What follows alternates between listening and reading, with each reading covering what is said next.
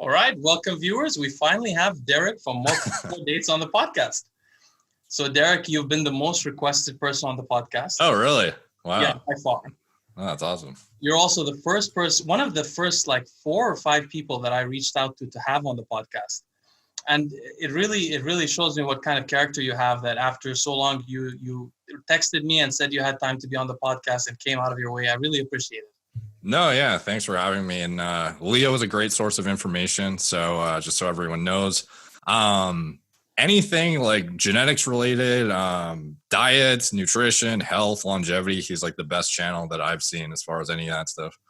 Well, actually, now that you mentioned it, we can exchange some small compliments. I wanted to mention that basically your channel is the only channel whose content I really like of a large channel. So okay. When I watch your content, always actually, I'm always either amused, impressed, I learn something new. And usually it's just that I'm surprised by the level of rigor that you bring to your channel, which I've never seen on YouTube. Actually, I'll tell you the story the first time I heard about you. It was actually from Amin Alai, who's a bodybuilding. Oh, wow. Okay. So Amin apparently watches your videos. This was about a year ago. He told me there's a guy called More Plates, More Dates on YouTube. You should watch his videos. I immediately, obviously, look, I was never in the PUA kind of field or anything like that. I heard more dates, and the first thought that came in my mind is that doesn't work unless the dates are homosexual. It doesn't really go that way, because I used to be larger, and so I was like, this doesn't make sense. But then I opened your channel, and I was like, I didn't see the videos properly. I was like, there's no way this guy's bringing something new to the discussion of steroids. And then a couple of months later, I got more into watching different kinds of videos, and I saw your videos. I was like, holy crap. This is the first guy that's brought something new to the discussion of steroids since the forums, to my knowledge. Yeah, it's kind of interesting because I feel like I came up probably reading the same stuff you did on forums, and it seemed like for a while, even though YouTube's been around for a while and there has been some like steroid discussion, it seems like a lot of it was sort of just regurgitating the same stuff that we've already read over and over on the boards years, like decades ago, even at this point. And more recently, in the past year, maybe, it seems like there's like really innovative content being brought to the forefront, but a lot of it is very obscure because I noticed there's not really a hybrid of somebody who is out there and has a audience, I guess, and somebody who actually digs into this stuff. Like the smartest people I know are guys who no one knows who the fuck they are, to be honest. So maybe that's why it seems like there's been no discussion, because it's like everyone learning about this stuff is like, I don't know, just like nobody knows they exist, it seems like. So all the pre-existing content on YouTube and whatnot. Anyway, I'm rambling. Go ahead. No, what I think it was is that I don't know how the information on the forums developed, but it was essentially shared information, gossip, your own experiences, empirical evidence. And then there was an element of that came from the first steroid websites online that all had these androgenic anabolic ratios, which came from who knows where. And those are imported into the forums a little bit. But then after that, the only thing that changed was more revealing to people how much people actually take. So GH15 was the first guy who tried to do that. And then on YouTube, Rich Piana and Boston Lloyd did that to some degree. But you brought something new, which is something, honestly, I never even thought to do myself, which was look at academic papers about steroids from the 60s, 70s, or even later. There are even more recent ones. And try to learn something from the papers, because there isn't that many papers on steroids. But you're the first who's ever reviewed those papers, at least on video. So, which is really cool. Yeah. Some of them I don't take credit for. Like a lot of my stuff, I get ideas from other people. Like at this point, a lot of it, people will find stuff for me too. But some of the new ideas, it's a lot of just ridiculous amounts of digging. And then you'll end up finding some weird reference that's super interesting. And then you'll go find the citation for that. You'll go plug it into wherever you get your study from, however you do it, if it's through your university that you still have credentials to or whatever it is, and you go dig into it, and then you find something totally new that no one's really uncovered yet. And even though these studies are, 40 plus years old, there's a lot of data in it that's still directly relevant to the application in current day, because people are still using these same compounds. So yeah, I mean, like one of the interesting things that I discovered recently, because I started doing profiles for steroids on my channel, we'll talk more about it later, but like promotional videos. So I started doing like reviews of steroids, which I'm not that interested in, but I noticed my audience is interested in. And I came across some interesting studies. Like, for example, I never knew, with something that you discussed on your channel, that, for example, mint agonizes the progesterone receptor more than progesterone, which is really shocking. I mean, these are there are interactions that we never knew about regarding these steroids, you know? So these are some interesting things that I find from academic papers. But let's get started at the beginning. So your name is More Plates, More Dates. How did the More Plates start? Like how did I come up with the name, or how did you get into the whole weightlifting, bodybuilding? So when I was in high school, a lot of my friends were getting into working out, and I was a rail when I started. I was about 138 pounds at my same height of, I was 6 feet tall at the time. And interestingly enough, I think maybe growth hormone use might have pushed me up to 6'1", because I'm now 6'1". But anyways, back then I was 6 feet tall, 138 pounds. And my friends were working out, and they frankly had better genetics than me. So they were getting like lots of positive reception from women, men, like just in general. And they, you know, would sometimes rag on me for being so skinny, and they would tell me, you need to get in the gym, you need to get in the gym. And I don't know, it wasn't like maybe like fear of missing out or whatever you call it. And you just get peer pressured into doing it. And frankly, I didn't even want to at the time. I kind of just went for the sake of, well, all my friends are doing it, so I might as well just go. And then I did my first like bulk phase and just like gained a ridiculously way too much weight than I needed to. But even that, even though a bunch of it was fat and water and, you know, horrible crap weight, just seeing my body change at the time, I kind of just got bit by the iron bug, as they say. And then I sort of got like addicted to the process. And from there, I just kind of dove headfirst into it. And I think a lot of it had to do with, because there was research that had to do with how to go about doing it in a smart way, or there was a way to optimize how you were doing it that interested me. Because for some reason, I've always been compelled since a young age that when I do something, I want to know the best way and the most thorough information on it from start to finish. I don't want to feel like I'm missing pieces when I'm doing something.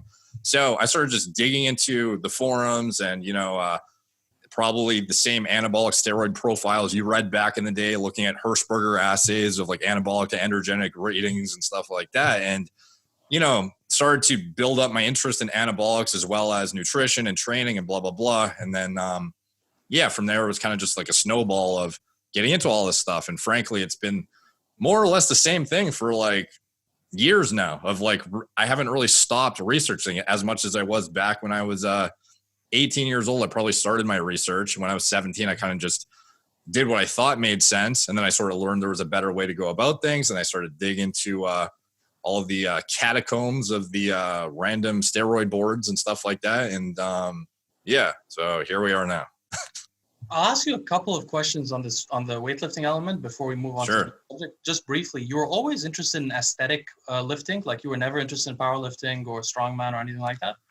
I was interested in beating my personal records in the gym, but I was never about let's go to a powerlifting meet and try and, you know, beat other people. It was more so just beating my own numbers, trying to make consistent progress in that regard. I've heard that you had some interest in competing. Is that true? Oh, yeah. So I used to compete way back, maybe like 4 or 5, maybe like 5 years after I started working out. I started looking at competitions. And to be honest, at the time, it was a lot. I don't know if there's less hype now, or it's just because I don't care about it that it seems like there's less hype. But at the time, it was like the cool thing to do. It seemed like so many people were getting into it. And I was so into the gym at the time, I figured I might as well try. And I did well at my first show, or well enough to qualify for like the next thing. And then I sort of, you know, get in the, your ego starts to get a bit ahead of you, where you start to think, okay, well, how can I get to the next step, the next step, the next step? And you start to, you know, set your eyes on a prize of a meaningless pro card, which I had. But then I soon got knocked out of that aspiration process because I frankly don't have the genetics for it, which I'm happy that I did not make it to that point, because I didn't want to be one of those people, you know, pursuing a, you know, meaningless piece of paper or whatever that actually, I would argue, probably hinders your career more than helps nowadays. So anyways, yeah, I was like briefly into competing for a stint, but it was only a matter of like 2 years, and I kind of got out of it again.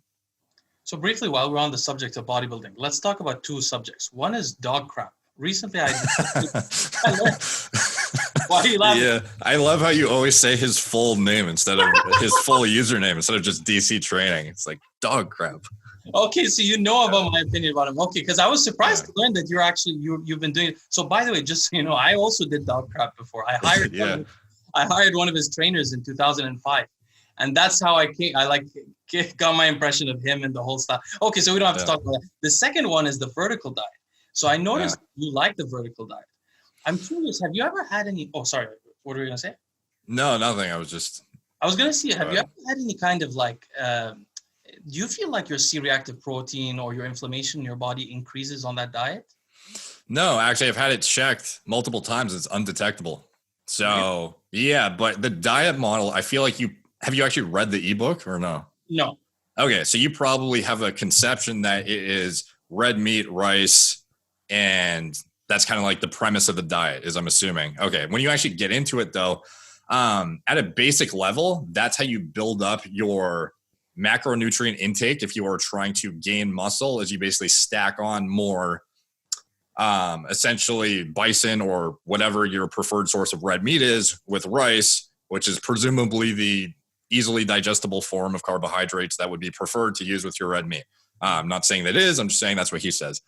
Underneath that, there's a layer of micronutrients that are a basis of your diet that are often not realized that is the actual diet. Anything on the red meat and rice portion is only above and beyond hitting your micronutrient intake at the bottom, which has peppers, carrots, like basically everything to hit. Like he has literal pieces of food too to hit little micronutrient needs that you would otherwise probably leave unaccounted for if you didn't actually know what to do.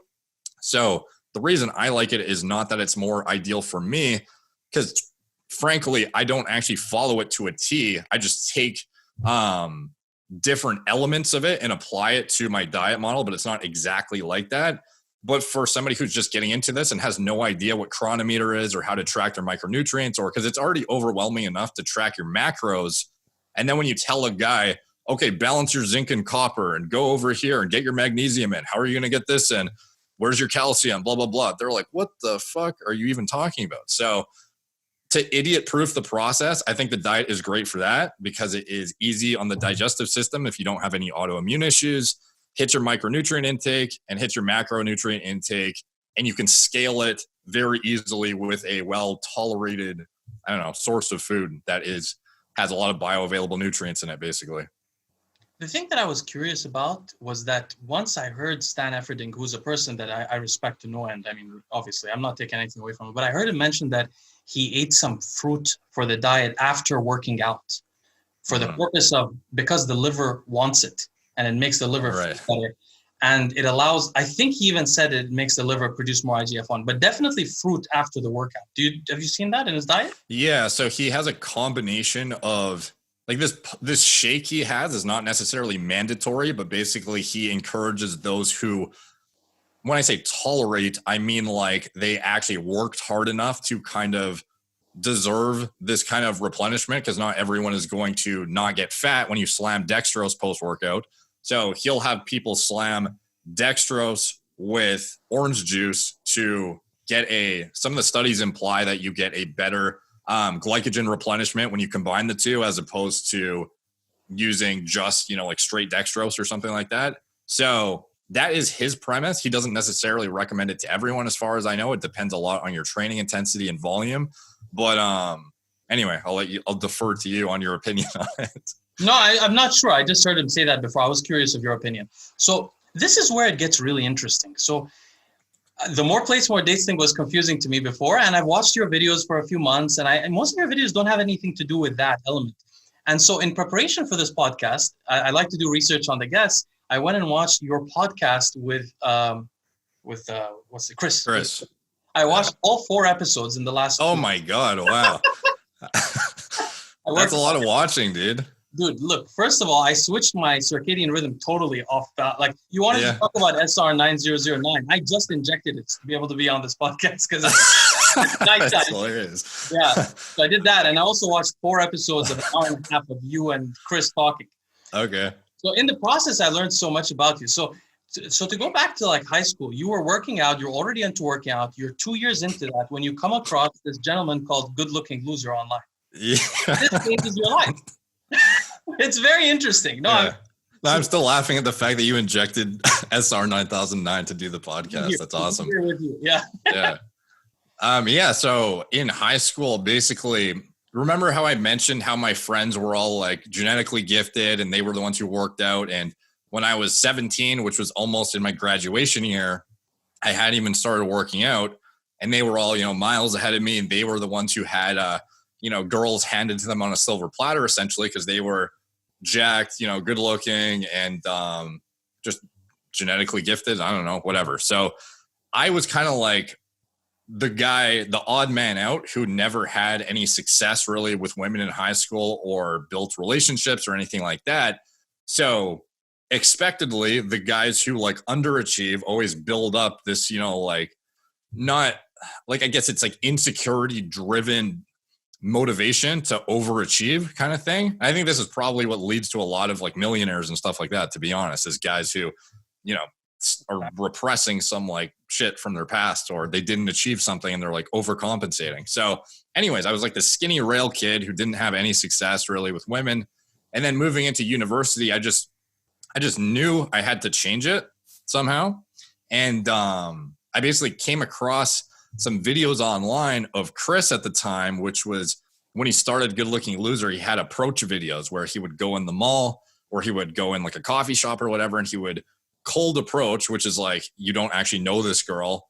You're approaching her cold because you don't, you're literally meeting her on the spot, and he would get their number and then he would set up a date with them and, build relationships out of that. And, or not, depending on what you're into, if you're just into the, the bachelor kind of thing. So anyways, that to me was insane because personally, my experience was always you either meet girls through a social circle or you just don't, which presumably is how most people actually think is the only way to make it work. You like go to a bar with, your friends, and then you meet girls that your friends are friends with or whatever. And that's how most people meet people. So for me, seeing a guy go from you just saw some girl you thought was attractive who you will never speak to in your life because she's not in your social circle, and you just go there and you meet her, and then you actually get to know her, and then you go on a date with her, and then she's in your life like that. To me, that was just mind-blowing, even though it sounds like a very simple thing. So that really resonated with me at the time because it was like, wow, you don't need to be like super Mr. Popular to meet the girls. You can be some random guy who just has good social skills and ideally also looks good and is confident and blah, blah, blah, and you can have success. So I watched some more of his stuff, and at the time he was like just starting his online content journey at the time, posting, on YouTube and stuff like that. And he was starting to gain his own traction. This was like well before I was even looking at being online at all. And he had a forum that I joined, and it was similar to like the boards for steroids and anabolics and bodybuilding and whatnot, except it was all general self-improvement. So, there was like a bodybuilding section, but there was also, it was mostly about guys with anxiety, guys who had underachieved and wanted to achieve more out of life, guys looking to improve their finances, guys looking to improve mostly their dating lives. And I was like one of the first members of that forum. And from there, I started just like going out and approaching women and doing it on a mass scale until I had gotten to a point where I just literally had zero anxiety talking to women, even though before it would have made me terrified to go. Even when you say it out loud, it doesn't sound like a big deal. Go talk to that girl over there that you don't know. And most guys would say, yeah, that sounds simple enough. But when you actually go try and do it, when you don't have, Mickey of vodka in your system, it's a bit different when you're just out and about at the, the grocery store or whatever. So yeah, that's basically how I met him, or sort of like found him. I feel like I way over answered that question potentially. So anyways. Not at all.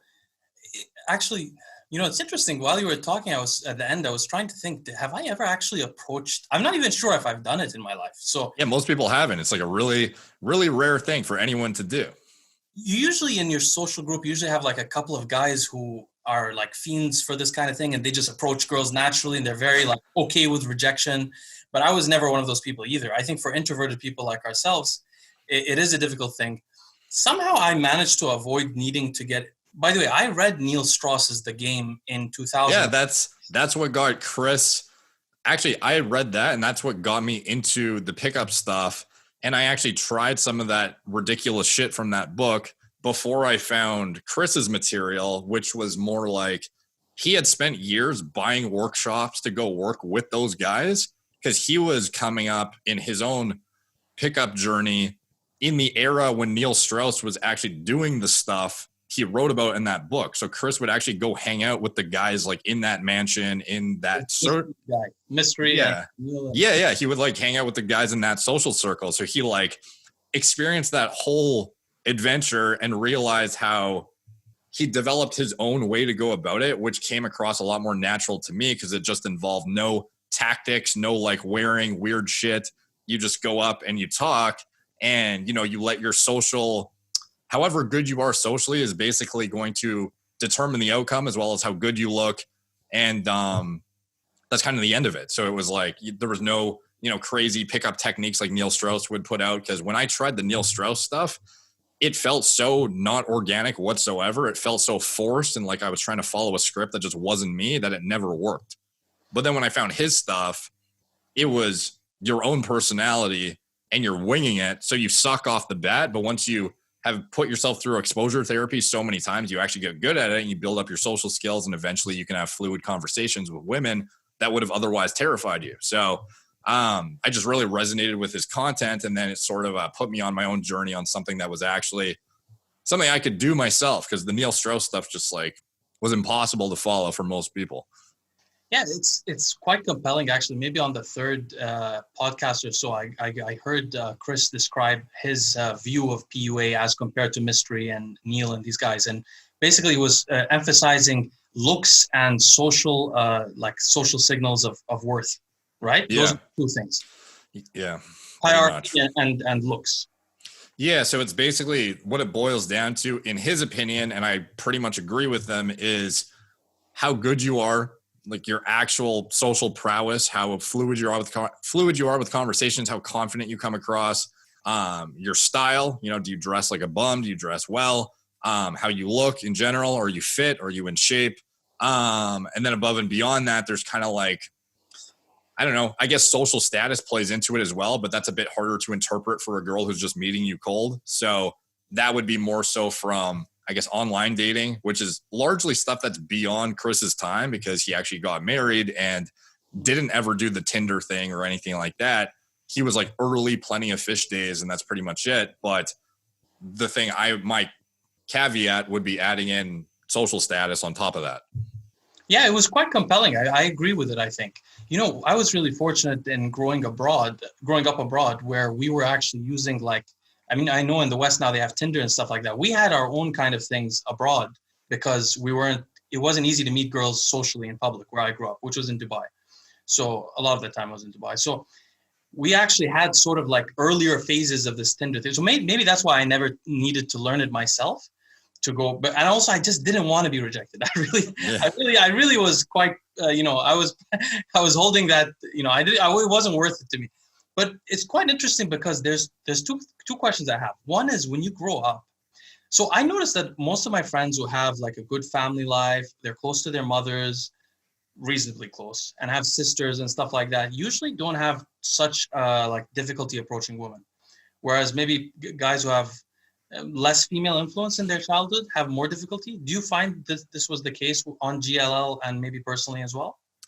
I think that's hard to determine, because we never really talked about that stuff of like, what was your upbringing like? What were did you have a strong male role model in your upbringing? Stuff like that was never really discussed. It was more so like, how much experience do you have with girls? And if it was minimal, then we were all sort of in the same boat when we were starting out. And then everyone, to be honest, I'm not sure I could make that a distinction, because to me, I never really inquired anybody who was in the same, had the same goals or anything. I just assumed we were all individuals who wanted to achieve more.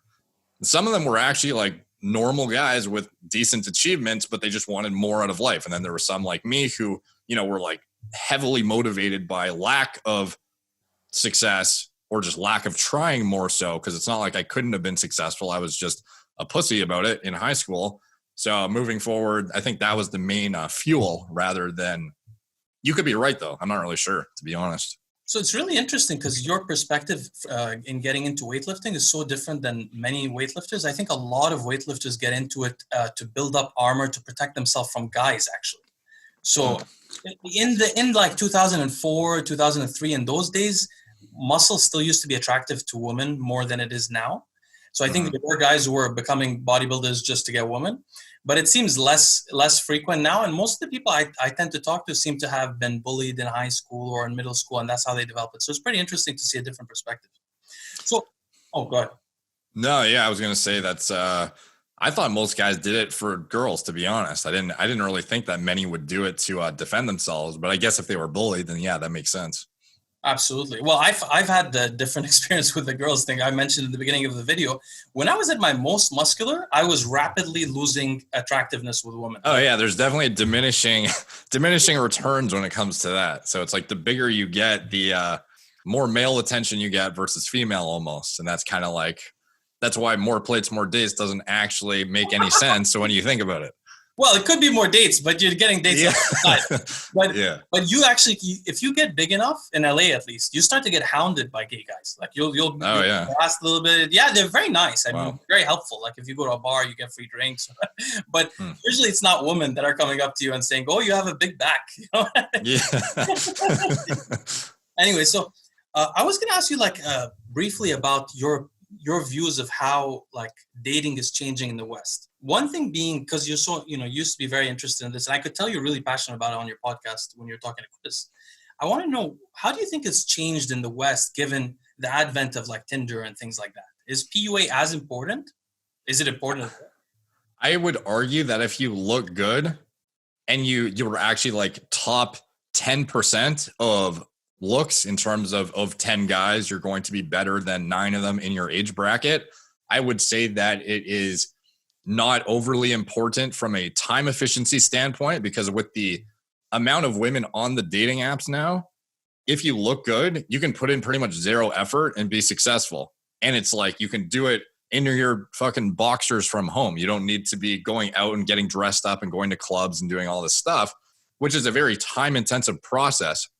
However, personally, I believe that it's more necessary than ever, not to get women, but more so to develop your social skills that then transfer over into other areas of life. Because if you can handle talking to gorgeous women at the drop of a hat, that bleeds into all other areas of your life: job interviews, business presentations, family gatherings with significant others in the futures that you might otherwise be withdrawn and like poor at communicating with them.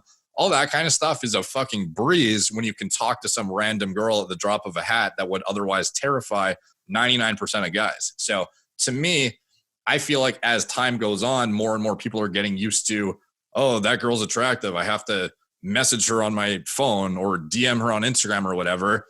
That opens up the field more to guys who can be unique by setting themselves apart, by having those social skills that those other guys otherwise will not be developing. Like when you're a hermit in your house, you tend to become worse and worse and worse at doing this kind of stuff. And even, like personally, I think how it impacts the overall, dating economy, I think you can still be very successful without doing it. I just advise people to also do it on the side, just because it helps other areas of life. Like that you might not even need to do it, to be honest, but it's just, I noticed so much more ease going into business presentations and job interviews when I was in university, because it felt like I had no anxiety. I'd be in the waiting room ready to go, and I'd feel so much more confident than the next guy, because I'd be like, I've talked to way more random people than this guy before, and I've gone through way more difficult situations than this socially.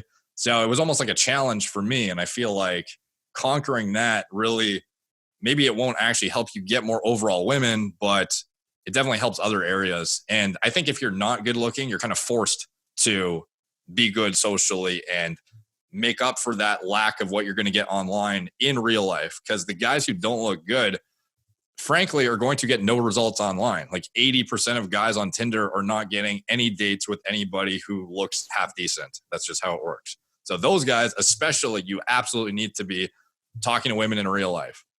The guys who look good, maybe you don't have to, but it still would help other areas of your life, in my opinion. Well, it's certainly better than Toastmasters, I think. It's Is that like the random speed dating or something? No, Toastmasters. Oh, Toastmasters is like when you go public speak and learn to random people that are very yeah. Gotcha. Yeah, exactly. Yeah. I went to one, and actually I think I went to two, but anyway, one of the first ones I went to was random. I was like unconfident and stuff. I got the award for the best speech, so I never went again. Did you use a beta blocker? No, I didn't. No. Pretty good. It went well. So I was like, these guys don't know how to speak, so I'm not going here anymore. Do you notice a difference now with like pharmacology information that you've accumulated over the years and your ability to integrate it into social interactions? Tremendously. But the thing is that I was using pharmacology a little bit on my brain for at least, so I'm in my early 30s now. At least since I was 25, I knew what I was doing a little bit with the brain stuff. Mm-hmm. But certainly now I can make sure I can go into any meeting and not be anxious and not be sleepy. What would your stack be for a job interview? Hypothetically. I noticed this question. Derek was like, I'm going to be on your show. I have a question. What's your full stack? Exactly. What you did. No, I'm interested because you never talk. You'll briefly touch on medications that you use, but I've never seen you outline like straight up start to finish what you use. I'm just interested in what you think would be optimal. Well, for a job interview, you might have to balance some other things to make sure you don't get too much sedation. But the three main things that you'll target to deal with anxiety are noradrenaline, GABA, and serotonin. Serotonin can only be done usually if it's in the long term, or if you have an emergency, maybe you could use 5-HTP, but it may be too sedative. But if you're doing it in the long term, you have obviously an SSRI, and you have a beta blocker. And then you have in the center for GABA, which I'm going to do a series on GABA next, but you have a couple of medications that can help with GABA. One is like a GABA reuptake inhibitor, which just like a serotonin reuptake inhibitor, there are GABA reuptake inhibitors, which are usually used for epileptics. And there's also like medications that increase GABA concentration in the brain without modulating the receptors. Because I don't know if you know this, but modulating GABA receptors is really dangerous. So those are the three things that I would use to balance it, bring it down. But you'd have to make sure, obviously, that you're still concentrating and stuff like that. So mainly for that, it's dopamine, glutamate, or acetylcholine, which I know you're very fond of acetylcholine because just before our conversation, I was looking at your Gorilla Mind formula. Okay, yeah. I was like, this is interesting. I didn't actually check it out before I spoke to them. So I looked through it. It's pretty good. I'm impressed, and I have comments. But I'll keep them. I know that if you could, you would probably tweak some things. But you have to keep in mind when it comes to DSHEA compliance in the US, you're only allowed to use things that derive from natural sources. So when you want to use something like Nupept or phenylpiracetam or something that's synthetically created in a lab, you have no justification in a court that this came from a natural source. So when it comes to some more efficacious alternatives, you're pretty limited in the nootropic space because, frankly, you have no justification for your use of it as a dietary ingredient. So at that point, a lot of the stuff I would want to add on top might not qualify as that. But of course, there's so many things you could do like pharmacologically, but I even mean in terms of herbs. I don't think I'm mainly impressed. Don't get me. I'm mainly impressed. I was quite impressed by it. No, I just think you could add one more thing to be like complete from the choline side at least. But I'll tell you about it later. Okay, sure. Okay, so there's I wanted to ask you also you have this very interesting video in which you tell your viewers that you feel that younger men should focus on dealing with their insecurity about women before they go and try to develop their career. And you also talk about it with Chris quite a bit. And I have like a sort of slightly opposite view. Can you explain briefly your rationale? Is that basically you were saying that, I think, correct me if I'm wrong, but I think that you were saying that if you learn how to talk to women, you'll be able to deal with your career better. And if you don't develop those social skills before you have money, you won't be able to tell or to gauge the kind of people you're with. Those are the two arguments I remember. Partly, but also above and beyond that is the flexibility you have to go gather and accrue that experience is much more limited when you're older because you do not have the tolerance of a younger population where you can just go into a bar as the 40-year-old and be socially accepted and have it be normal. Like for me, when I was in university, I could walk around at 20 years old with a backpack on and hit on as many chicks as I wanted. If I went in now, it might not fly the same as it did when I was going to get my degree, because I was actually a student then. Can you imagine a 45-year-old going to a college campus and walking around and hitting on chicks? It doesn't work the same. You could be super rich, but you'd still be creepy, versus a guy who's 21 and broke can get away with it, build up that experience in a mass condensed time frame very quickly, develop at an accelerated pace in all of these different social avenues that an older guy just simply does not have access to, and get to the end stage where he is a social master of sorts, and then move on to the next stage of his life, which would ideally be the career phase at a much earlier time than you would otherwise. That's my stance. What I've noticed is that when people get wealthy, the weird thing is that a guy can have no social skills whatsoever, but give him $100 million and he'll walk into a room and be the most confident person. He'll speak to women very confidently. He won't care what she thinks anymore. You know, so I've seen that with my own friends, that when they get money, they're now able to deal with women. So the social skill seems to come once they have confidence, because the world has told them, hey, you're worth $100 million. You're something. So sometimes they develop that skill in another way. Yeah, I think that might just be general social interaction, though. I don't know if I necessarily transfer that to meeting women that you don't know cold, that you're trying to pick up and date, because it's like if you're 45 and you have $100 million, let's just say, sure, you're going to get a lot of girls that know you're wealthy and will want to be with you for your wealth, versus a 21-year-old who is much better looking version of that 45-year-old, has $1,000 in his bank account and a beater car, but he has the ability to go walk around in college campuses, go to bars and not be seen as weird and creepy, go to, different kinds of social events, go even there's so many areas where it just seems out of place. And I don't necessarily think that you shouldn't, if you're 45, go build up your social experience, because if you did the whole make money thing first, you got to do the other part at some point. So if you've never done it, I just think it's less socially accepted in general, which is going to work against you as the older guy. And you probably can't even differentiate between who likes you for you versus your money too. At least when you're 21, when you get women, it's fucking you who did it, That's a big problem. Yeah. That's a really big problem. That's very true. Now there's another theme in your channel, which is that of hair loss. So I know you experienced a little bit of hair loss did it start a couple of years ago?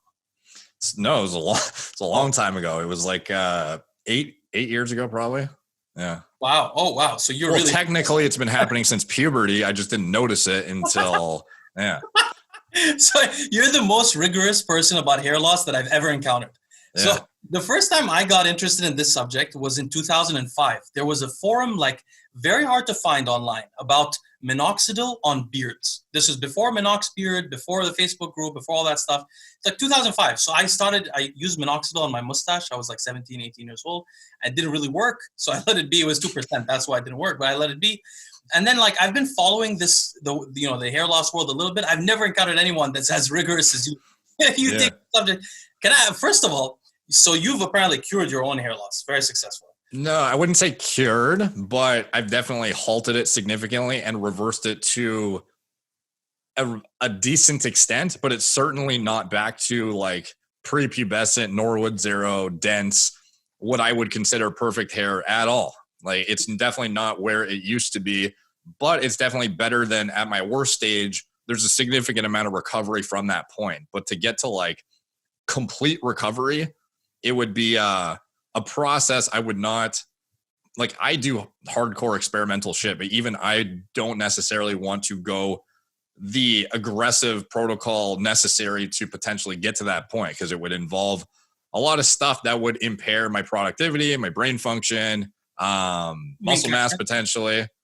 Castration is the next step. No, that's one thing, but there's things you can do like selective androgen receptor modulators that basically have a relative lack of androgenic activity, but then you would have to essentially function with no androgenicity in your body for a very prolonged period of time while you try and regrow dead zones or otherwise diffuse zones while you have no androgen. So imagine trying to operate on fucking. So you're talking about an androgen that has a higher affinity for the androgen receptor than DHT, but doesn't agonize it. And that No, would I'm talking about a SARM that has a high enough of, well, to be honest, you'd be shut down because you would have no endogenous testosterone or DHT production to begin with. So it's not even like you're competing at that point. It's effectively like castration, but you would be using an oral SARM to maintain all the anabolic activity in your body. So you maintain all your muscle mass, which is great, but then your brain function is going to suck because you're on a SARM that is basically void of any androgenic signaling whatsoever. And then you would have a base of exogenous estrogen that would provide the neuroprotection and whatnot. Yeah. But that would be like, that's one example of like several nuclear stacks, as I refer them to, that are kind of like alternatives to castration, but they might as well fucking be castration at the end of the day. But it's not to the extent that a lot of these guys, well, not a lot of them, no one really does this, but the really intense guys who have really aggressive hair loss, some of them will castrate themselves and use high doses of anti-androgens, estrogen, etc., to go back from significantly lost, like, thin Norwood 5, 6, all the way back to nearly full recovery, but it involves them essentially transitioning from male to female. So my research was kind of like, where is the spectrum where you can get as close to that level of recovery without having to cross that line where you're getting into compromising your manhood in order to make such a ridiculous recovery? And that is sort of what got me into SARMs, what got me into more tissue selective anabolic agents, into exogenous estradiol and things that could be facilitating the same, brain protection without the androgenic activity and whatnot and stuff like that. And it just had such overlap with the bodybuilding stuff that it was like, I'd learned things about bodybuilding by accident when I was researching about hair loss. And then when I was researching about bodybuilding, I'd find something that was relevant to hair loss. And it just had so much crossover. And then people in this community would wonder, how did you come up with that? And they didn't realize it came from this community and vice versa. And it was just, I don't know, the interplay fascinated me. And above and beyond that, I think there's a lot of ways to monetize it too, which I hope to do down the line, is have like, there's obviously products that I talk about that I think work. And there's obviously different things that I want to somehow bring to the forefront in a scalable way. Because right now I do consultations and I make videos, but I would like to have some sort of course or something like that in the future. Because I know that that would at least be a way I could present a like big condensed piece of information that I could sell rather than have to consult with one person at a time kind of thing. So there is also, an element to it where it's not just my own personal hair loss that I'm interested in, as well as I want to bring the information to the public too, but I want to find a way to somehow monetize it for myself as well. Cause I think there is a, open area for somebody who hasn't really dug into the stuff to the level I have. So I'm hoping to do that in the 2021, maybe. I don't know. Yeah, I think that's very reasonable. And I completely understand the synergy of it as well. Although it's very different for the brain stuff. I do a lot of like detailed brain receptor stuff. And I start to learn about how receptors function generally. And sometimes that helps with other parts of the body as well. You said you never want to go bald. Like if you wouldn't shave your head. You would get it shaved before you shave your head. Or you call it a piece, or what do you call it? You have a hair system. Yeah, hair system. We call it. Yeah. So you would do that. Can I ask you why? Do you have a weird head shape? I think. I don't know. I'm just trying to like imagine with it off. It doesn't look good to me. So You never shaved your head? No, never. Okay, so I have this weird experience. When I was like 13, 14, I used to shave my head sometimes. I had a perfect head shape. I was very proud of it. Even when I was 14 years old, I said, look at my head. You guys all have bumps in your head. I don't have a bump. So I was happy. And then like when I was 21, I think I did the first time I did a couple of cycles, and then I didn't do anything again for a bit until I was a bit older. Those couple of cycles, I was working in banking and I had a lot of money. So I think I bought too much growth hormone. So within this couple of cycles, I developed a bump, and I was like, wait a minute. It wasn't huge, but there was a slight indentation in my head shape and then a slight bump. I was like, God damn, this ruined everything. Now I can't shave my head because I have a bump. It's just, it totally changes the whole deal. You can't have a shape. I've heard you talk about Jason Statham and the different people that people are like, oh, they look good when they're bald. Well, all these guys have perfect head shapes. If you have a head that's like, Dave Palumbo has the same problem. His head is this big. So you can't or like, other people have, all kinds of things. There was that guy, there's this powerlifter guy who has a head split in the middle. He has like 3 points. So really? I thought maybe you have a head bump thing as well, and that's why. No, I don't think so. I've heard you talk about the head bump thing, but I've never actually really checked for it, to be honest. But I don't think I do. But I didn't really abuse GH that badly, though. Like, I guess maybe I did a few blasts where I went up as high as like 6 to 8 units, which is a lot, but I never did it long-term chronically. Like, frankly, my blasting phase was only like a culmination of maybe like 4 or 5, maybe like 5 to 6 years max at most. And then I sort of have been just, therapeutic replacement since. So for me, and of those years that I could actually afford GH, it was like 1.5 maybe. So I've never really taken it to the extent I would think I need to do to significantly alter my head shape, but maybe I'm wrong. It took 2 months. Wow. Yeah. It was very small. I mean, I don't have a much bigger head. It's slightly bigger, but a very small bump, almost imperceptible. But it really pissed me off. I noticed. Is it still there? Yeah, certainly. Oh, wow. I cut my hair like a year ago, and the bump was still there. I was like, what the hell is this? So that's why I've been trying to tell people, hey, growth hormone can grow your head. Like, and then I started noticing people's foreheads have horns, and there's all kinds of shapes going on and things like that. Oh, shit. I wanted to ask your opinion on how society treats bald people. So women, no, it's legitimately because all men are destined to go bald. As you see, and one of the things I love in your channel is that nobody ever comments on this before, is that for example, me, I've lost probably 50% of my hair. I can feel the thickness difference. Everybody loses hair over time. All men will go bald. All men will go bald before women, on average. So it's a part of masculinity. You wouldn't make fun of a woman for being on menopause. You can't do that on a movie. You can't say, I don't want to date that lady, she's on menopause. But you can say in a movie, I don't want to date that guy, he's bald. Yeah. You can just shit on him. It's totally fine. Yeah. Yeah, that's true. Yeah.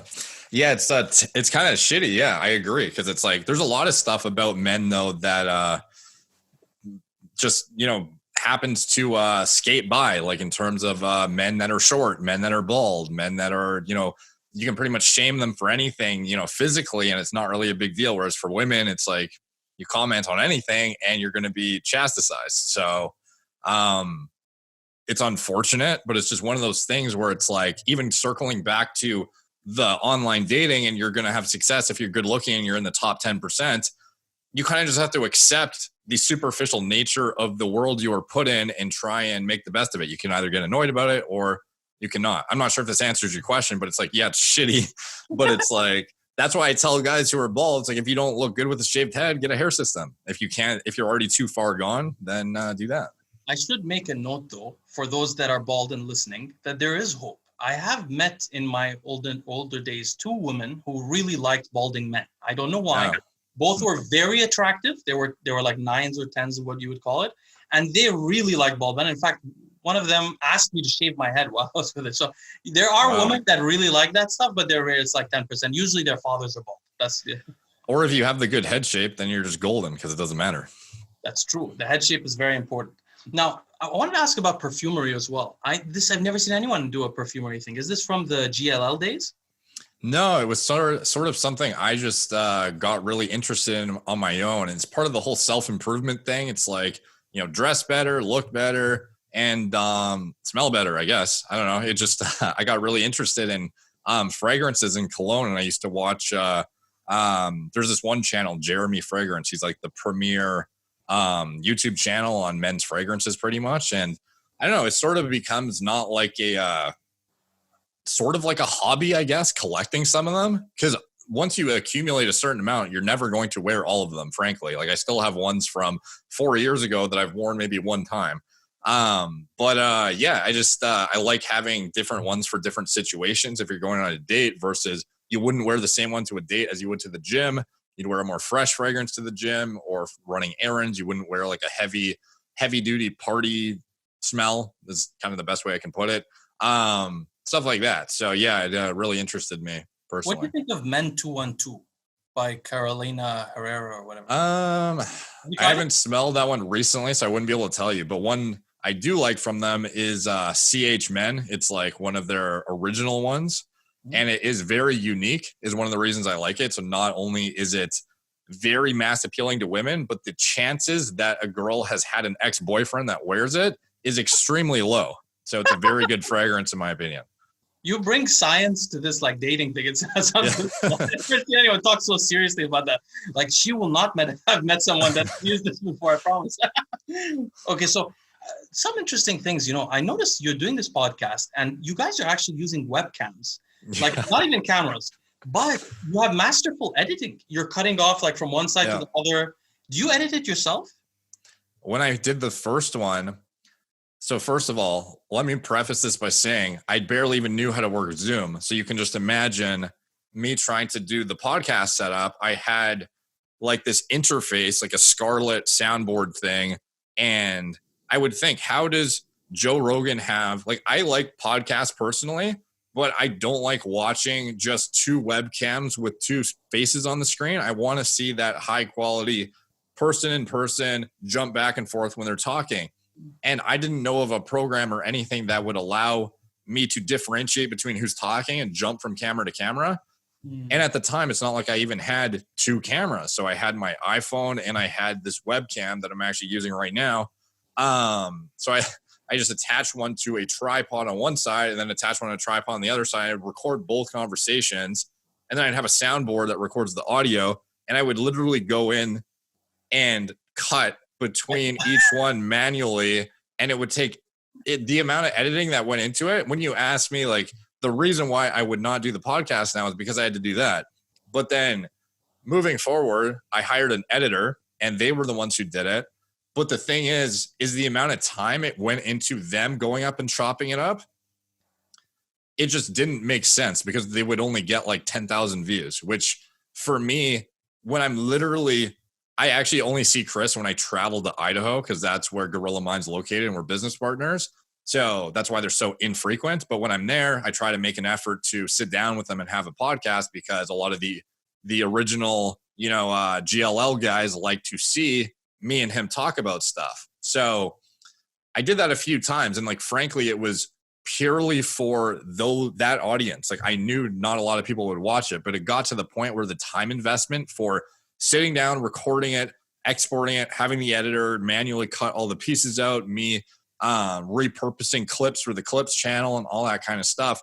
The amount of time that went into it for it to only get 10,000 views when I could literally go sit at my computer and make another video that gets 50 to 100,000. That takes me 20 minutes to record and then I just export to my editor and it gets done. It just didn't make sense anymore from a time perspective. So I don't know if there's a more efficient way to do it because I know Joe Rogan, he has Jamie in the back who literally jumps back and forth between the guests, as far as I know. Oh, that's what he does. So he has an assistant who's literally with him during the podcast whoever's talking, he jumps to that camera. Oh, I was wondering. I'm trying to see if there's some trick to this. Yeah, that's what I thought too. Like at least on Zoom, it shows whoever's talking, it'll jump to that person on the thing when you're in a group call. But for podcast where you have a camera, like I don't know how you would signal like this camera to show on the screen versus this one. So I think you literally need an assistant there who's pressing a button every time somebody stops talking and the other starts talking. So manually doing that, it was such a time intensive process for the return on investment was so low. I just couldn't justify it anymore. What about like when you do your own videos and you show your screen? First of all, how can I ask you I make my own videos. I notice, first of all, I found it really uncomfortable to talk to the camera. I've been having the hardest time. Really, it's very weird. I got a little bit used to it, but after I got used to it, then I realized, okay, who wants to see some guy talking to the camera for 20 minutes? So now I don't know what to do. So I was thinking maybe I should use a computer and like show the papers. But the problem is that like a lot of my videos are on a lot of papers. Anyway, I was curious, how did the process work for you that you're like, okay, I should show my screen. What do you use? Is it hard? Does it take a lot of time for you to edit? No, well, I don't edit my stuff anymore. I did up until March of 2019-ish. And I still proofread it all, but I don't actually physically edit it myself. But what I use is a program called OBS. And it's like a screen recording software that's free that a lot of streamers use who play games on Twitch and whatnot. So it's just OBS is what it's called. And basically you can screen record. And there's a lot of different things you can do with it actually, where you can jump between if you had a camera connected to your screen, to your monitor, you could jump to that. You can jump to like some of the shit they do is insane with the streaming. But all I know how to do with it is have my mic and my screen recording. And then I have my actual camera behind the computer that records me while I'm simultaneously recording my screen with OBS. I send them to my editor, who will then, when I talk about a study, he'll pull up what I was showing on the screen and overlay it or put it beside me or whatever. So I actually have at the end of every recording, I actually have a giant screen recording of a bunch of useless stuff that then gets chopped up into the useful parts that get added into the real video on the high quality camera kind of thing. That's very helpful. Thank you, Derek, for explaining. Yeah, no worries. I thought it might be time to just mention to the audience, Derek, you did something very kind a few days ago, which I don't really know what inspired you, but I think I was texting you about the Tim Pool being bald or something like that. Yeah. Very shocking, by the way. I never expected him to be bald. Anyway, I was texting you about that, and suddenly Derek sends me a message and says, hey, like basically encouraging messages saying, keep posting videos. It took me a long time he told me it took him 2 years, I think, to break through 10,000 subscribers. This totally shocked me, by the way. I had no idea. I thought you've been on YouTube maybe a year and a half, and I was thinking nobody takes this long to grow. So actually, your messages came like 3 days after I started getting a little bit disenchanted, and they really helped me. I really have to thank you. It was very encouraging. No, I'm glad to hear that. That's because I know I felt exactly the way you just described when I was at 5,000 subscribers. I was thinking, how can I possibly be putting in this much work and getting this much high quality information out there and no one gives a shit? That's what I thought. Because I would put out videos that were like, obviously I was dumber back then than I am now, but it was still high quality content, I felt like, and I was just not seeing the response to it. And I was just thinking, how does anyone ever build a following on YouTube? Like, this seems impossible. Because I would see guys with 500,000, a million. I was like, wow, I will never get there. There's no way I will ever get to even 100,000. Yeah. And one thing I don't recommend you do it based on, it's actually psychologically, I feel like unhealthy to compare yourself to others on the platform. But if you go to socialblade.com, you can actually see where guys' subscribers were at historically. And if you look at even Greg Doucette, he's been on YouTube for like 10 years. Yeah, I have been studying Greg Doucette. Oh, yeah. So he's been posting videos even longer than I have. And just recently, he's kind of like cracked the code on making his channel grow and sort of, I think me and him sort of started taking off at the same time. He just was adhering to a much more consistent and rigorous posting schedule than me. And frankly, his personality sort of just draws in a more larger audience, obviously, too. So he's like, I remember when I was first hired my editor, I saw his channel and it was about at the same subscribers as me. We were like 15,000 or something. And I was sort of trying to motivate myself by looking at his subscriber count go up. I'm like, okay, I'm going to keep up with him. That's like my target. And he just fucking blew me out of the water pretty quick. But that was something I used to kind of like gauge growth, was looking at what he was doing and the output of how many videos he was doing and the kind of stuff he was doing, and then what it would equate to in terms of results. And then that's sort of what, I don't know, it was just like good timing, because it sort of motivated me to post more, because I started to see direct reflections of his efforts transcribing into the growth of his channel. Because for a while he was just the same as me, putting out good quality information, very calm back then, not yelling at the screen or anything, but which is fine. The new personality thing, I think it works definitely better for him. But back then he was not seeing the growth that he is now either. And I think he started to realize, frequency of uploading is what, catches the algorithm in terms of, starting to get your channel snowballing and stuff like that, not getting discouraged early on when you don't have a high subscriber count, stuff like that. And I was sort of like, okay, this guy's like starting to kill it, and he's not letting it get to his head that, the first 50 videos he uploaded didn't do that well, and they're slowly doing better. Slowly but surely they're doing it. So I was like, okay, if he's doing it, I think I can do it too. And he was sort of like a motivation for me personally, just watching his channel growth. And like when you look at my channel historically, back in this time, maybe like at my exact 2-year mark, I might have been at like 6,000, 7,000, something like that. Posting frequently in the beginning? No, but it's not like you post every single day either. You know what I mean? Yeah. So I was ask you, do you have to post on weekends? Do you think that counts for the algorithm? Obviously it counts, but the thing is, the weekend things don't get many views. So the algorithm doesn't give a fuck what day it is. That was the stupidest question. But no, what I mean to see is like, I felt like there are less views and it's just 2 days a week. I thought they should make an exception for the algorithm. Like, it's obvious people need a weekend off, but no, it's one thing I would recommend is, like, honestly, if I could give one piece of advice, it's post more frequently and try and break your videos into as many smaller things as possible. Because when you post a big, giant mega video, there's so much effort that goes into it. It might take you a week to compile all the information, design the entire format, and get everything edited.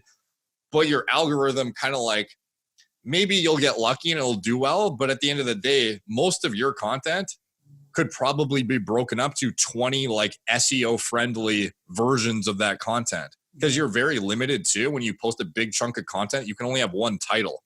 So when somebody's searching how to blah, blah, blah, or they're looking at, testosterone's effect on this, or, GABAergic signaling from this, what's the likelihood they're going to find your stuff when you have 20 different videos with a bunch of different, catchy titles that are strategically made to pick up the algorithm, versus one that you were limited by one sentence to hopefully have all these subtopics within it get pushed. It's like, at the end of the day, the frequency is like the most important thing. And that's why I knew daily posting was important. But I didn't realize it was like, it's linear. Like, the more you post, regardless of how many times it is a day, as long as your quality is not going down the toilet entirely, even if it's like, I would say 70 to 80% of what you would normally do, even if it's much shorter, you can get away with posting a few times a day and not annoy people as long as it's good. Like Greg, like I was starting to post daily, and to me that was a struggle. But then I saw Greg bump it up to 2 a day posting, and I was like, what the hell? Yeah, and then his channel just exploded even more than it was exploding. I was like, fuck, okay, I need to do 2 a day posting. So that's been my goal, and that's exactly what I'm doing right now. That all of a sudden now I've jumped up 30K in the past 30 days, and that's the most my channel has ever grown. Oh, that's great news. Yeah. So as you go along, it's been like several years into researching, do you lose some passion for the subject area? Like, for example, for hair loss? Well, maybe not hair loss, since that's like a threat that's ever looming. But I mean, like something else. Like, you lose a little bit of passion for subjects, and then it redirects into like a passion for education or a passion for science. Yeah. But or are you still interested in growing muscle, for example? Like personally, or just to learn about it, you mean? To learn about it. Not as much, because I feel like I don't think I know everything, certainly. And I still listen to a lot of content from other content creators about that stuff. But it's like, there's a difference when I was brand new to it versus when I was where I am now, where I feel like I probably have like 90% of the information that I feel is important. And then the 10% is, new information that comes out, or experts that I haven't yet heard their content about, or whatever, or papers I haven't come across. Because like pharmacology is something that is, you always can learn more stuff about that. But with bodybuilding, it's like, how many times can you have a guy tell you, eat, this much food, train with, a certain amount of volume, train to, try and beat your weights the next time you go in the gym. That's the kind of stuff that, like, I don't research that stuff very heavily at all. So personally, whatever I know the least about is what I research the most heavily. So I'll look into stuff like corporate structure, business, taxes, stuff like that, as well as hair loss, pharmacology, and any kind of like novel drug candidates is stuff I look into a lot too. I don't know, stuff like that I don't know enough about, basically. So why don't you coach? You consult, you do hour consultation. Yeah. Because ongoing coaching is a time suck, and it's impossible to scale it. So this is why Greg's rates are astronomical now, because frankly, he doesn't care if he gets a new client. He just has to justify the time investment if he's going to do it. So that's the same thing with my consulting. I had to crank my rates up so much over the past year. Like, probably a year and a half ago, my half an hour rate was like $150 or $100. Oh, really? And now so now it's like 7-8 times that or something like that. And it's just because the more and more I grow on YouTube, and the more that's great. Congratulations. No, thanks. But it's like, it's intentionally done to try and like screen out people, because I just don't have the time for it. So fortunately, as your demand grows, more people are, willing to pay you more for your advice, which is fine. But like coaching, I just can never justify it because like consulting, I already deny a lot of requests just because I don't have time. So I can't. By the way. That's very nice of you. Pardon? You sent me someone, by the way. Oh yeah. Anytime somebody talks to me about genetics, I try to defer them to you.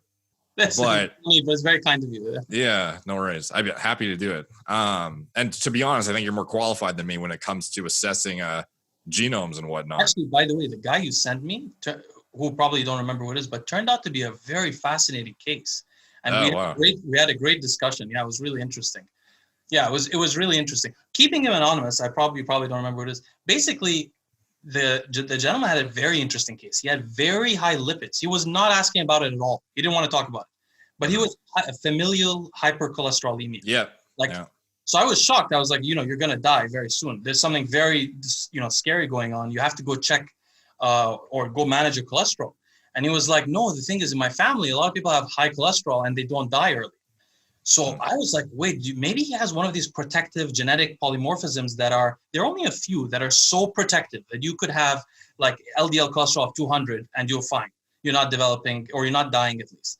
Turns out he had all of them.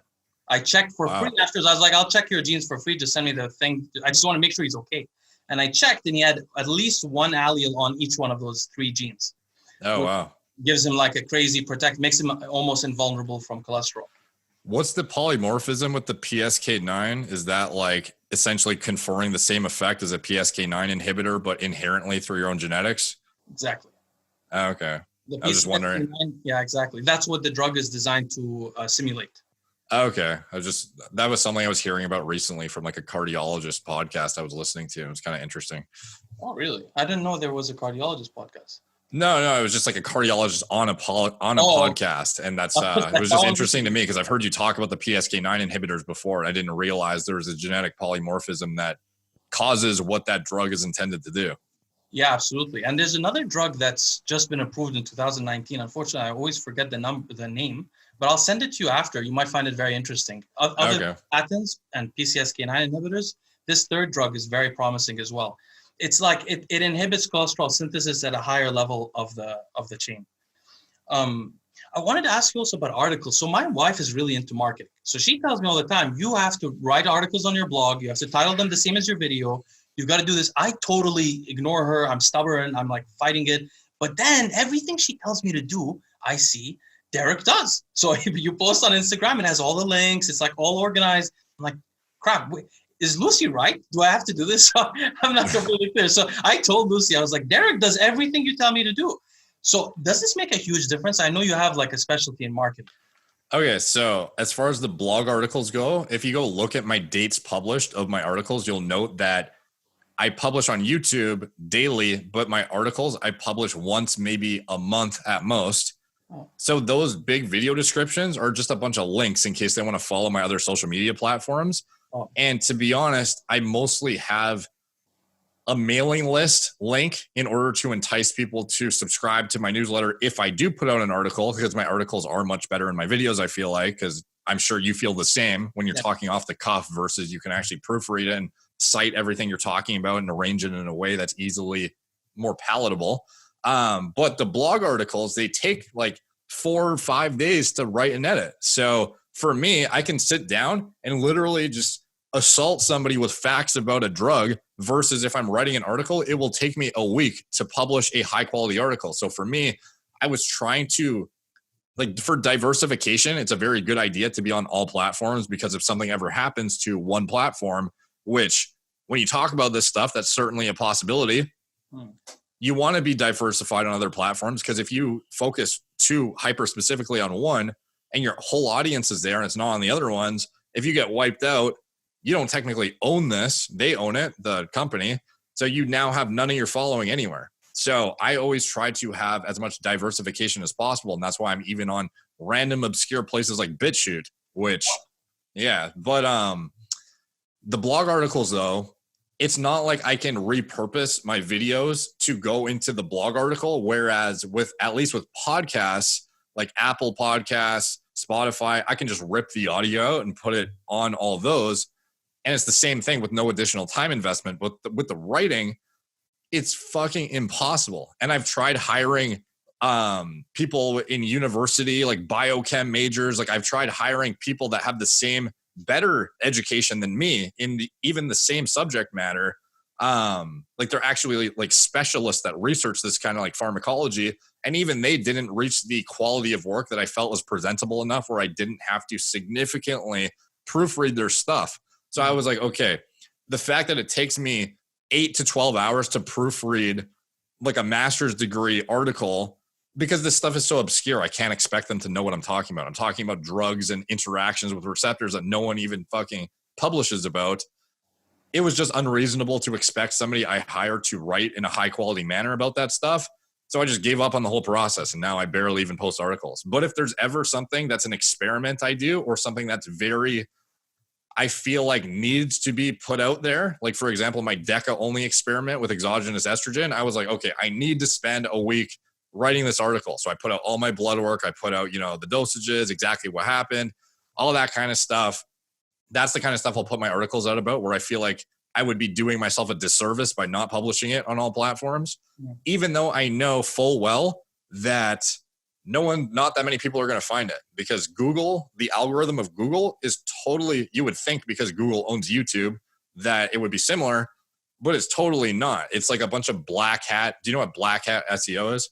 No, but my wife probably does. I don't know anything. Okay. It's basically like sites who have like found ways to manipulate the algorithm will get ranked first on Google, even if they're not a credible source of information. So you have sites that have completely incorrect misinformation ranking on the first page simply because they know how to optimize, buy like shitty backlinks and do this and do that and do a bunch of stupid stuff with the algorithm. Whereas social media, you can't trick the algorithm. You can only put out good content and title it well with a good thumbnail, and it either gets picked up or it doesn't. But with Google, you're literally fighting against guys who use like tactics that if Google otherwise knew what you were doing, they would probably ban your site for life. So it just didn't make sense for me, because the traffic on my blog is not as high as it is on my video platforms. So, and the time investment was just way too significant. That's why I was confused. I thought that people wouldn't read. I mean, people don't read blogs that much. I've seen your articles, the amount of time you probably put into those. I can relate to how. Yeah, it's not. Yeah, it's at all. Yeah, no, the return on investment, the amount of videos you could have put out, the time you did that writing. It's like you could have put out 10 videos for the time it took you to write one article. Well, yeah, absolutely. And the funny thing is, like, so my wife is just saying that having the articles, having it on your website might help. But I'm very glad that you disagreed with her. One thing I will tell you that you should do, if you don't do, is your show on the podcast platforms? Yeah, it is. All of them? Yeah, it's on all of them. I have Audio Boom. Have you heard of it? Okay, so that puts it on iTunes, Spotify, etc. Exactly. Okay, because that at least puts you in the algorithm of Google, where if somebody, like you talk about such obscure topics, that the likelihood is high that you'll probably get plopped at the top of Google anyways if somebody typed in, I don't know, something to do with GABAergic signaling. It's not like anyone's talking about that. So if you have a podcast that's specifically about what they're looking up, you'll probably be ranked at the top. And because the iTunes and Spotify platforms have a high domain rating as a platform, because they're a mega company, your podcast will be put at the top, versus if you wrote an article about it, it'll be ranked on the 10th page, even though you have the bar none best article on the entire internet.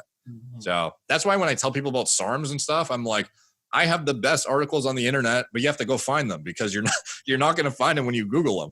They are actually they're great articles. I was really impressed by looking at your website. Oh, thanks.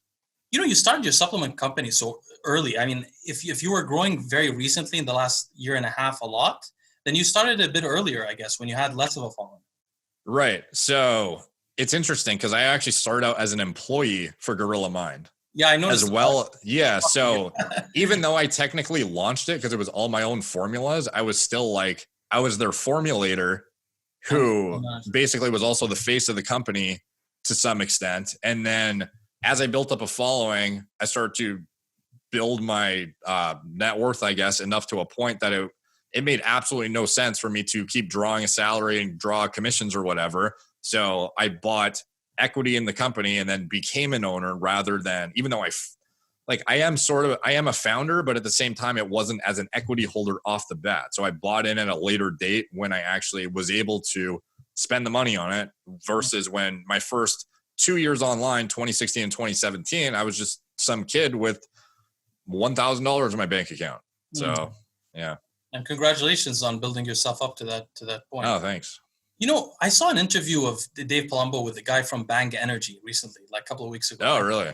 Huh. I messaged him after about it because I was shocked. I didn't know much about Bang except from Kenny KO. He makes a lot of videos about Bang. I just see the titles, so I assumed it was a weird company. But when I saw the interview, I discovered that this Bang guy says he gets like $100 million of revenue a year. So I was like, wow, this is a big company, but it's not Red Bull, and it's somewhat involved in the fitness arena.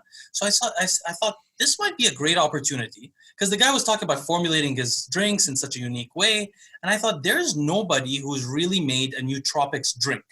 So Me and you are on the same page, dude. That's exactly what I think too. So I emailed Palumbo and I was like, Palumbo, can you get me in contact with this Bang guy because I can help him. I have some ideas.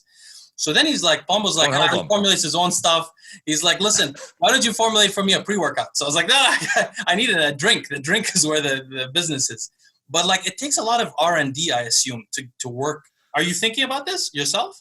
Dude, in process already. Oh, okay, fantastic. Yeah, because like, trust me, when I go to the grocery store or a 7-Eleven and I see the energy drinks and I look at the back and I see a mega dose of niacin, I see a big hit of caffeine, but then I see taurine and I see all these random amino acids. Like I see L-leucine, I see creatine. I'm like, what the fuck are you doing? I know it's a sports drink. Yeah, but I'm like, even the dosages are like, do I want to spike mTOR when I'm fasted and I'm like trying to get energy or something? Like it makes no sense, the inclusion of some of their ingredients. You know what I mean? Although I will note that taurine, I have noticed that I don't think taurine's good. Yeah. I don't think there are any controlled trials, but I have noticed some people have less like brain fog when they take taurine, and I think it's because of a couple of things. One of them is it's an antioxidant, but it's also an agonist of the GHB receptor in the brain.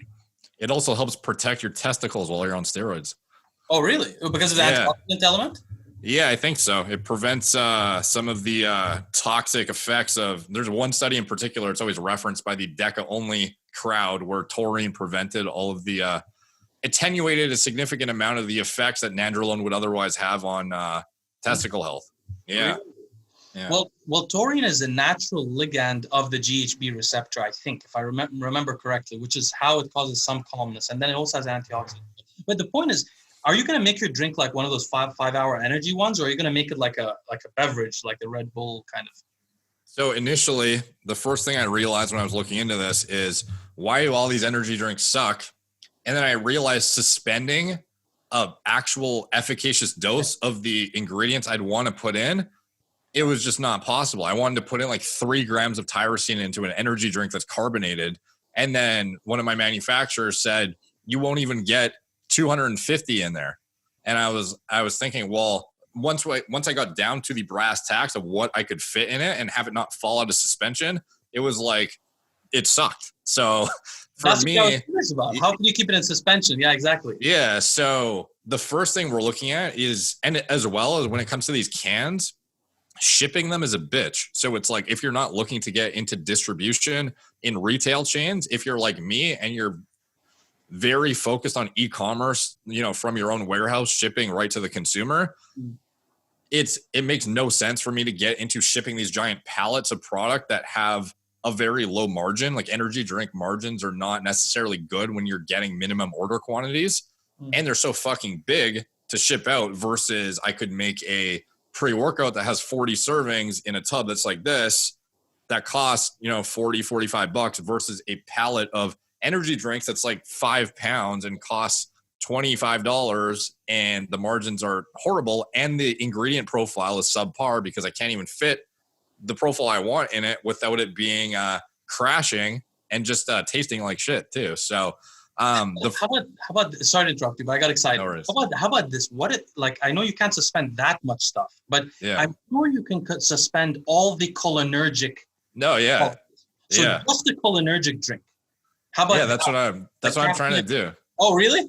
Yeah. Okay, so that's what I was thinking about. Especially I like how you included TMAE on your DMAE, dimethylaminoethanol. That was very interesting. I didn't, I've actually like never paid attention to that molecule. I never came across the research that causes, that apparently it causes a release of acetylcholine in the brain, although some other molecules do as well. But if you combine all of those things, you're missing one, which I'll tell you about later, which is more potent than some of the ones you've included.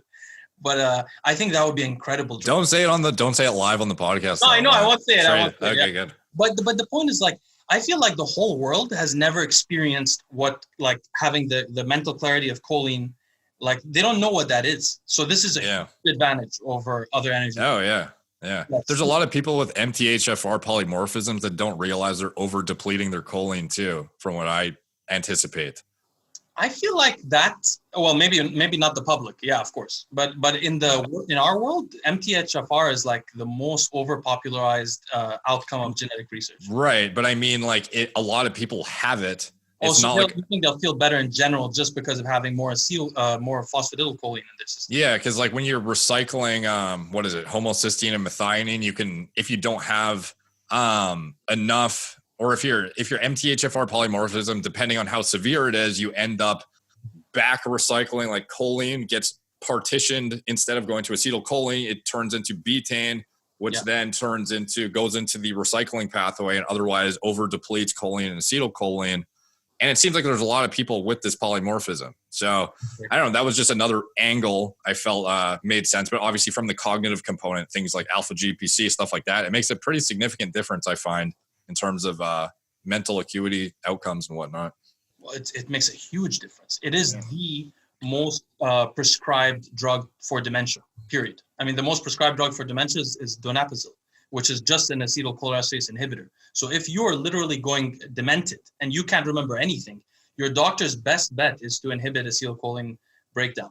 So if you use herbs to do it, I feel like, and use alpha GPC to get the choline into the bloodstream, and then include a little bit of phosphatidylcholine in case they're not consuming enough, you have a really interesting drink with a bit of caffeine. Anyway, we should talk about this later. Okay, so this is pretty cool. I also noticed that you guys have all kinds of other health supplements. Like you have yohimbine, it's like a big collection.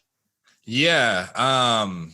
So I'm basically trying to pick everything that I otherwise use myself or think is effective, because I don't want to be a company that puts out shit that I don't believe in personally or I think is useless. So alpha yohimbine, I think, is actually pretty useful for fat loss. I'm coming out with a fat burner soon, which has that as kind of the main component of it as well. But yeah, like some of the health products, it's kind of typically you'll have like the Jarrows or the Doctor's Best, those kind of companies. They're like all health focused, or you'll have the super bro companies, which are all pre-workout, protein, etc. focused. I'm sort of, as you probably noticed through my content, I'm sort of like a hybrid of bro meets health conscious to some extent. Yeah. So that's why I'm going to be coming out with curcumin. We have astragalus extract. I'm coming out with citrus bergamot. I want to come out with ubiquinol as well as vitamin D3 and K2 complex. Unfortunately, those are soft gels, so they're a bit more problematic to deal with, but that is in the pipeline. What else? I came out with a liposomal melatonin I'm getting out soon. What else? I'm trying to think off the top of my head. What dose will you put the melatonin in the pill, or in the gel? Pardon? What dose will the melatonin be in each capsule? It's going to be 1 milligram per squirt. It's going to be a spray applicator thing. Yeah. Oh, really? Interesting. Yeah. I wish I could, there's so many molecules I wish I could have in nanoparticles and have a nasal spray. But I think it costs a tremendous amount of money to make in China to make a nanoparticle. One of the things that I am most interested in me about getting into the TRT, HRT industry is the fact that I can now get access to compounding pharmacies and start to look into some of these novel drug candidates that I otherwise can't touch if I'm with a straight edge supplement company. So it's like from the supplement side, I focus on anything straight edge that I think is worth doing and works. But then even some like the allopregnanolone analogs you've talked about and stuff like that, I've reached out to compounding pharmacies to see if we can be the first one to bring it to market, because that's like the kind of stuff that interests me and always frustrated me that I never had access to, because you would have to rely on some random guy who is super willing to take a risk and order a bulk amount from China with who knows what kind of quality. and then sell it on some like black market website. Like I could be the first to bring out really novel drug alternatives that are more selective for certain receptors or whatever, are pharma grade and can be prescribed to people for very specific purposes. So to me, like I'm trying to like knock out everything I'm interested with business wise that also relates to stuff I wish, like a lot of the stuff you probably wish you could do is the same stuff I wish I can do. And that's like what I'm trying to. I'm realizing we have almost the same interest. Yeah.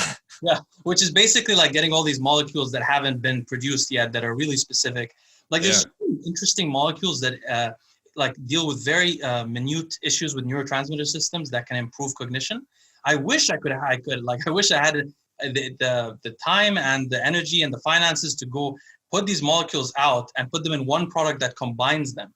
No, one thing I would love to do, to be honest, is when I bring on athletes into our company as like sponsored athletes, it's not just about that I believe that they're going to move product. It's also about that I really like what they're doing. Or like, for example, Vigorous Steve is a Gorilla Mind athlete now. And it's because I think he's like one of the most intelligent individuals on YouTube about bodybuilding, pharmacology, health management, stuff like that. I don't know if this would be of interest to you in the future, but I would love to somehow collaborate with you either through my HRT clinics or through the supplement companies to be able to compensate you to help me bring some of the stuff to market that you otherwise may not be able to. Because that's the kind of stuff, when I hear you say it, I'm like, fuck, like that's a good idea. Because it would be great for everyone to pool their resources, because at the end of the day, if nobody produces these things, none of us get the benefits. Yeah. So, okay. So this was sort of the end of my interview questions for you. At this point, we have two things left, which is like a couple of topics that we were talking about. If we wanted to talk about them a bit more, one is Ben Greenfield's CAC score. One is the etifoxine. And then I can answer your questions really quickly. So, sure. All right. Yeah. So, I just wanted to mention briefly this etifoxine thing. So the audience won't know what we're talking about. There's a drug called etifoxine. I came across this drug while I was doing my series on GABA. I was surprised that this drug also agonizes the TSPO receptor, which is the rate limiting step in the synthesis of neurosteroids in the brain. So knowing that Derek has such an audience that is focused on, a lot of them are focused on finasteride, are suffering from the problems with it, I wanted to see some of this being put into practice. So I emailed Derek about etifoxine, and we had like a very long email exchange. And basically, I wanted to update you on this. So recently, Big Lenny tried out my progesterone. Did I tell you this or no? No. So Big Lenny tried out the progesterone as just oral micronized, or how? Well, actually, he got a topical one. That makes it through and gets the job done? You can use a topical one to improve erection quality in men. Yeah, it's been done in studies and people do it. So he used the topical one. I told him to use it a few hours before he uses either 1,4-butanediol, which increases the synthesis of allopregnanolone, or whatever else he was using. I thought he was using phenibut.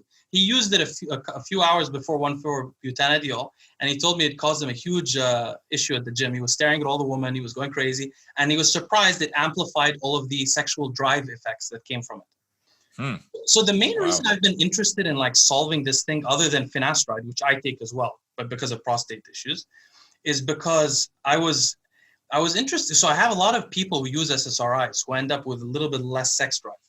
So I was trying to see eventually I'll do a series on sex drive and really try to drill down into what are the mechanisms.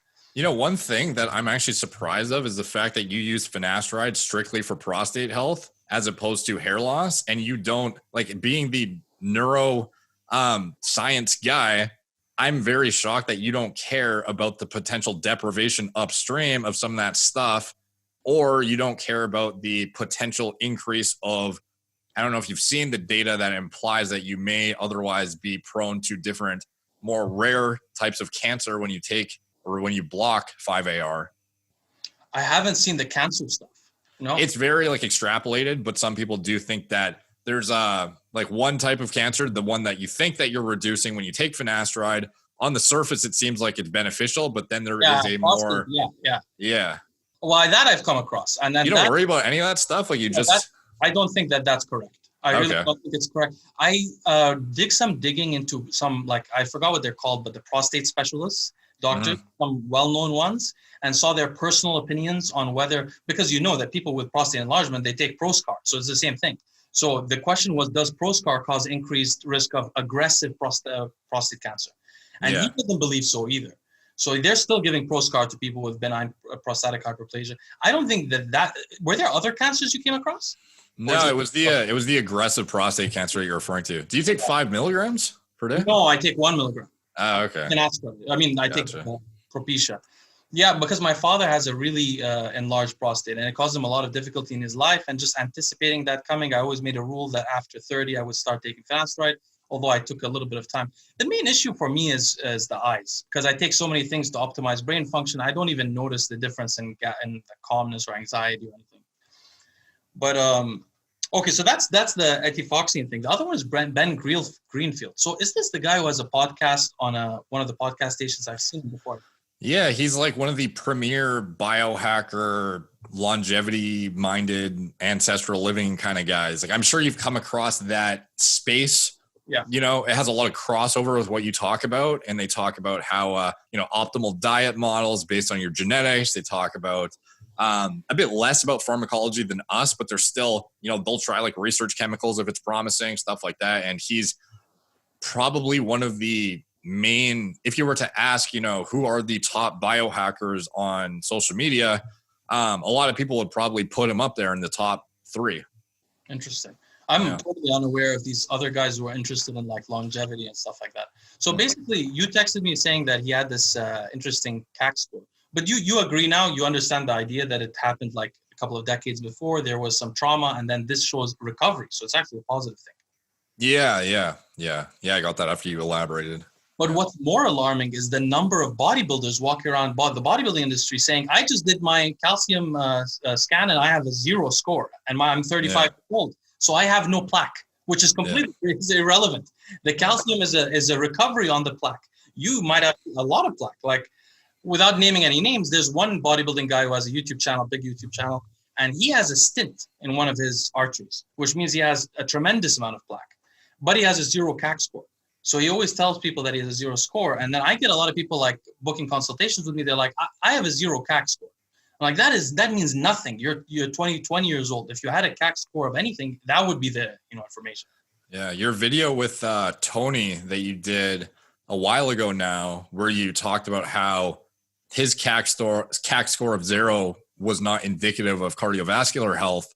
I feel like it was a really good video. I don't know how much it's been watched, but that's something I've considered repurposing, because it was and kind of like putting out the same content on my own channel about the cardiovascular health thing, because that is something that is totally overlooked, I feel like, by people trying to stay healthy with bodybuilding. They don't realize that. Absolutely. And there are some drugs also that can be interesting for preventing the decay of the cardiac tissue, in addition to the drugs that we commonly know. There's one I recently came across. I may send it to you on a message later as well. It could be interesting to you. So I'll answer your questions really quickly, because I'm very thankful for you being here. I know you're very busy, and I had a great time talking to you, by the way. I learned quite a bit. Yeah, it's fun. I really appreciate all the advice. So you asked me a question about the IGF-1 SNPs. So the trick to this is basically you go on Google Scholar and you search IGF-1R, which is a 4-letter word, and then you search genome-wide association study. And you'll come across IGF-1 3R, you said? No, IGF-1R. Oh, sorry. IGF-1R, that's the difference. So IGF-1R on Google Scholar, and then search genome-wide association study. And when you do that, you'll come across the studies that associate individual SNPs of the IGF-1R, which is IGF receptor. And you'll be able to see in some of the studies, they will show the allele, like the actual amino acid, which one is associated with what. In some, they won't. They'll just say the SNP is associated with aging or with growth or whatever. In regards to your specific question, I'll send you the SNP that I refer to often by text later, but there are more than one SNP that's relevant. Some have been associated at the IGF-1R. Some have been associated with height. The one that I look at the most is associated with mortality, with lung. And that's what shows me that it has a really strong impact on how the IGF-1 receptor functions. So one, I'm deficient in both of them.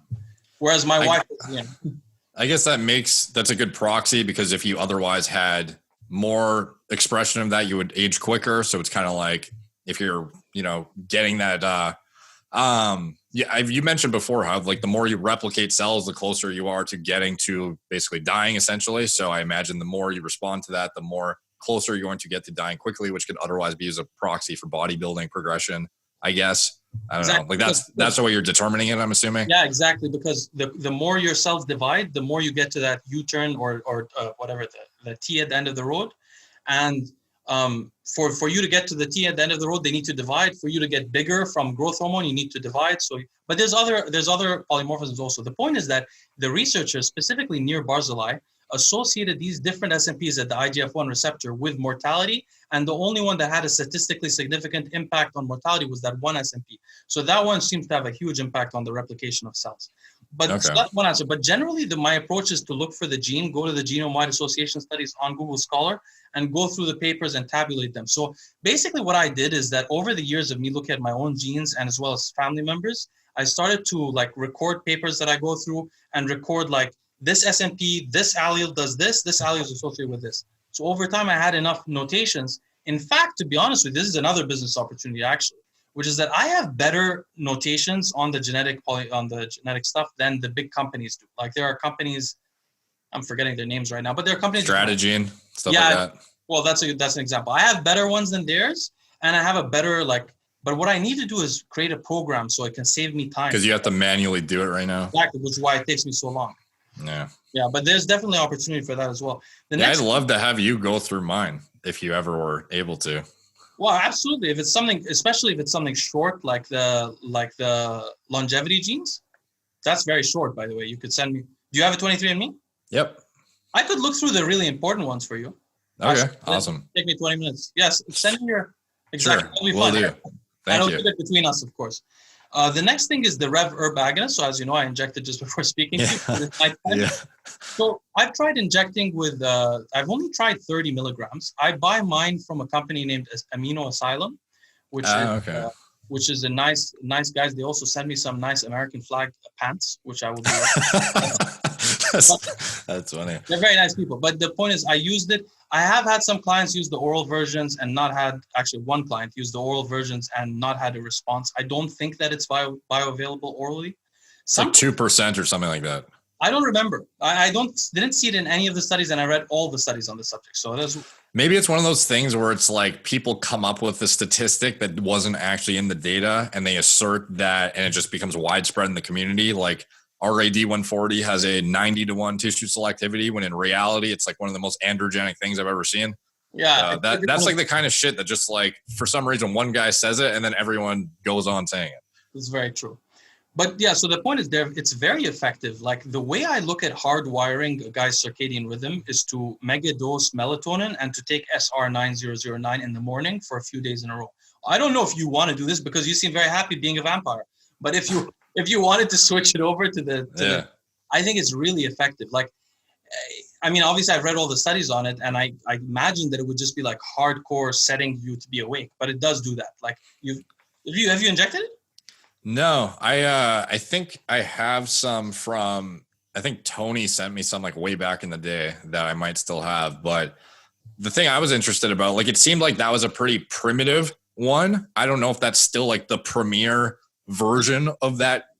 Okay. So like some of the newer analogs or like versions of it are not any superior, you find? So there's one analog that seems to be superior. It was, all this research has been done by a group in Florida, who I, by the way, have emailed every single researcher in the group to be on the channel, and none would come. But anyway, like 20 people. But this one group did all the research on the SRs. And while doing their research, now they seem to have stopped, by the way. I haven't seen anything for a year and a half or something like that when I looked through it. But they did find another analog, which was more potent than SR9009 and SR9011. And it was in the original papers. I didn't see any other analog since then, but maybe I'm missing something. What was the dose again? 30 milligrams, you said? I've been doing 30, but I don't know if that's optimal at all. I know it works for me. They just made it 30 per cc. I just went like, I haven't explored. So you just do it a couple days in a row and then you're reset and then you're good to go. You don't have to take it anymore. Basically, to be honest, I've used it when I've overdosed melatonin too hard at night, where in the morning I'm still a bit groggy. But for other people, I've told them to use it like for a week straight and take the melatonin at night and take maybe a GABAergic thing at night to make sure they go to sleep. and then it resets it. You can't. What dose of you use sustained release melatonin, or what do you use? I use both sustained and instant. Usually I use like about 50% of each. The sustained one, if you use too high a dose, there's still a tiny bit of melatonin in you at like 8 or 9 in the morning, from what I've noticed. And the problem with that is that you already only were supposed to have a tiny bit of melatonin. So you're basically in nighttime in the morning, even though your receptor is downregulated. Right. So it doesn't really work. So that's why I take the short term at a high dose, mainly for its effects on the brain. Because it's only in the body for an hour and a half, but it's so powerful as an antioxidant in the brain.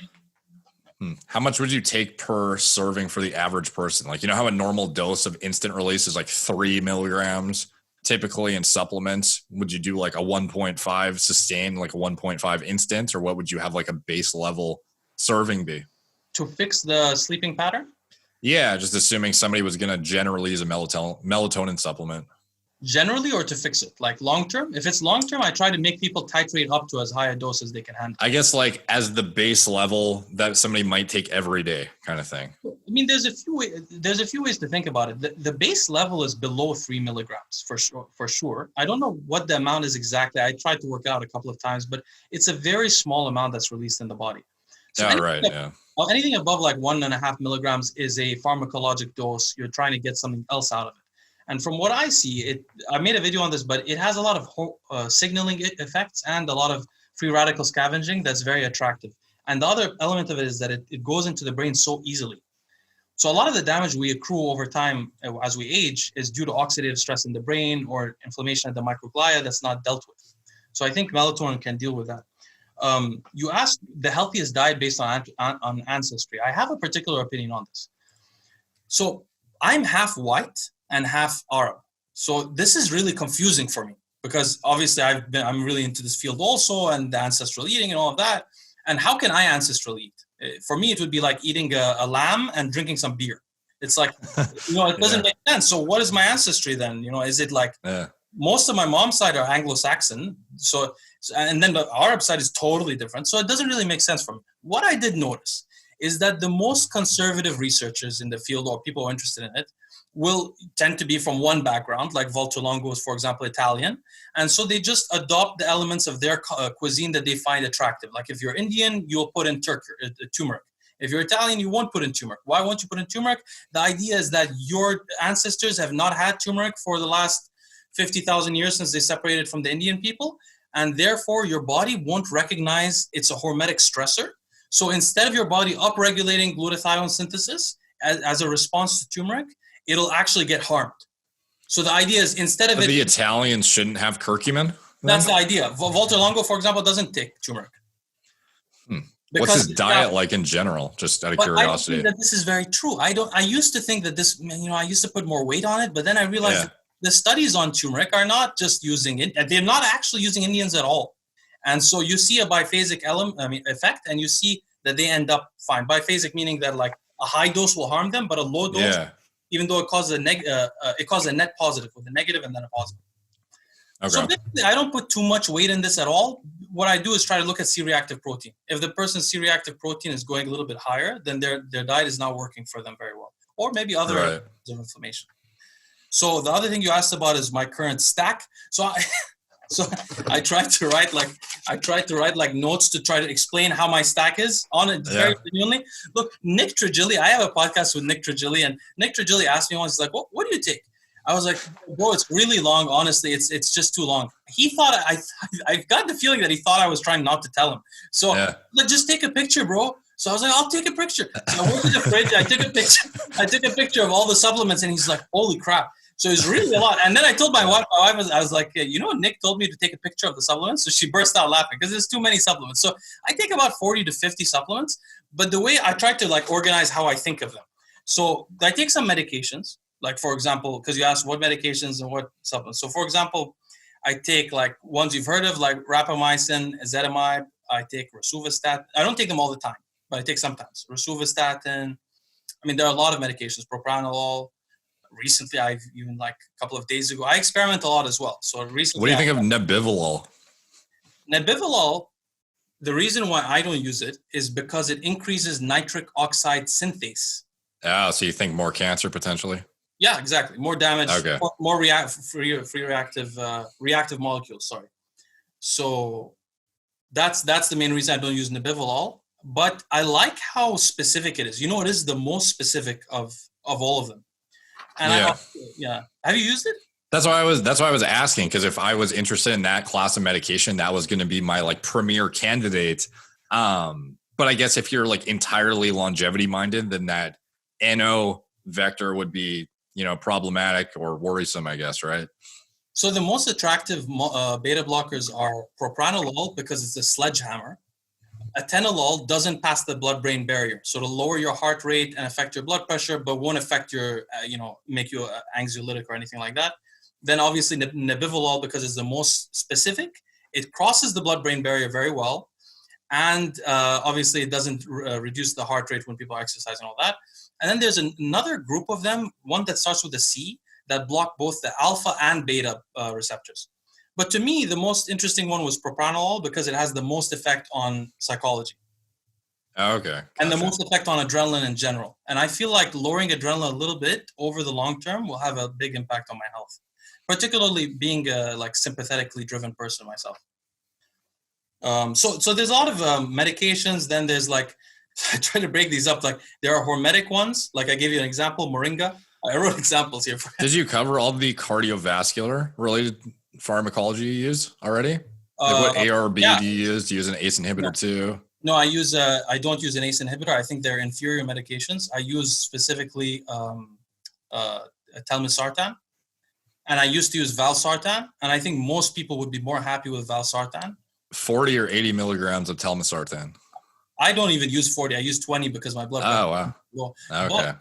But, telmisartan, many people don't realize, you'll gain fat on it. A little bit of fat. It'll be a little bit harder to be aesthetic on telmisartan because of the PPR gamma effect, which basically tells your body, enables your body to store body fat better.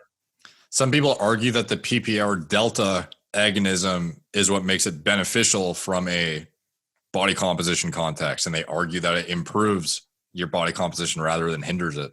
They're totally incorrect. So first of all, it's not a PPR delta, it's a PPR gamma. The delta would do that. The gamma doesn't it have like byproduct agonism of delta? It has a very small agonism of delta. Okay. Almost, I've received comments. Their argument is like it's weak cardering. That's what everyone thinks. People were like on my YouTube, they're like, no, telmisartan agonizes delta also. I was like, what are you talking about? It barely touches delta. This is completely wrong. Well, that's a huge misconception by guys in the community then, because they think this is something that improves body composition. So they think not only do you get heart protection, but you also get better performance and body composition outcomes because of delta agonism. That's what they think. No, what you may get though is less visceral fat and less triglycerides in your blood, because the fat, it's forcing the fat into the right places instead of letting your body put it in the blood or in the liver or another place. So very good for bodybuilders, but they'll gain a little bit of fat because basically your fat won't stay in your blood. It'll go to the adipocytes.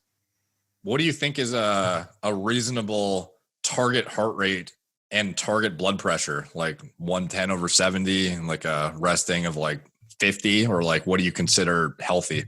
I think 60 is healthy for almost all people. You don't need to be 50. 50 means you're extremely, cardiovascularly adept. I don't think you need to be, I'm below 60 personally, but I don't think you need to be. I used to be 90 sometimes. It was ridiculous, or 80. Oh yeah, I had like borderline tachycardia on some of my old cycles. Brutal. Yeah, horrible stuff that I did. And then the blood pressure, I don't think you have to go, like if someone is 120/80, I don't think they have to change anything. But if somebody's 120/80, and for example, they want to protect their kidney from some damage, they may want to go to 100/70 using an ARB, but not going high, because if you go hypotensive, you're going to harm your kidney also. But many people don't know genetic diseases of the kidney, like I'm forgetting one. I just had a consultation with a guy about it. Starts with an E. Anyway, some genetic disease of the kidney. This disease comes from polymorphisms in the collagen gene. Some genetic diseases of the kidney that have nothing to do with hypertension can be like, you can delay the rate at which their kidney deteriorates just by giving them an ARB because of its effects on the blood vessels in the kidney. So, and there's other signaling issues like the AT1 receptor is really negative for a lot of the body health. So just blocking that in general is helpful. So if someone was 120/80, I would want them to use a little bit rather than nothing. So we covered the medication. So basically the supplements are usually either, like, I think of them, but see, I was just thinking about this before we came. There's so many categories. Like some are hormetic things like moringa or sulforaphane or something like that. Some are actually for free radical scavenging like vitamin C or alpha ALA. You see any problems with your thyroid markers on sulforaphane? No, I think that's overdone, and I don't consume that much sulforaphane. Okay. I don't think my thyroid has changed at all while I was using it. Did you? Yeah, I feel like that might be, I don't use it, but I feel like that's something that's really hyped up by the carnivore guys potentially to dissuade people from using it because they act like it's gonna, yeah, they think it's gonna screw you over and compete. Well, those guys think that the whole problem with the history of the world is plants, and that eating plants have been the cause of people dying. Like, yeah. I love how people can take it so extreme, like the complete opposite way, where, you know, they completely don't want a food group, or they love this food group and there's no other food group. Yeah. You have any red meat? I'm assuming you have liver, at least. I used to eat liver more often. Maybe I eat liver once a week now because I'm trying to do like therapeutic phlebotomies. Yeah, for iron. But I'm scared to do it, so I've been delaying. So I'm trying to get not too much iron. Which you can't just donate where you live. Like, it's not like you're on steroids or anything. So it's not enough to donate. No, I have donated on hormones before. They still accept it. The main issue is tattoos, actually, or if you left the country recently. Okay, so then there's scavenging ones. Then there's some that affect genetics. Like I take some HDAC inhibitors that affect how, like, basically how your epigenetics, how much your environment can affect your epigenetics. So your epigenetics are affected by like methylation as well as histone deacetylation. There are some supplements that can limit your ability to deacetylate histones, like sodium butyrate, or there's a drug called sodium valproate and things like that. So some affect genetics, some affect, and, you know, for example, I take some senolytics, also some that encourage sirtuin activity. And then I take a bunch of stuff for the brain. I try to categorize them for you. You could just list them. Like, you don't have to explain. Like, I probably heard of a lot of these. There's just 50 of them. I mean, I would have to. No, I'll go re-listen to the podcast after, and I'll listen again because I'm interested. Like, I'd rather hear you say, like, I use nicotinamide riboside, I use resveratrol, I use this, I use that. No, legitimately, it's just because I never made a list down. I mean, I have like lists and stuff, but maybe whenever I get a list down, I'll show it to you for sure. And then you asked the final thing, which was about glutathione. Yeah, I've heard your stance that you don't like exogenous glutathione use.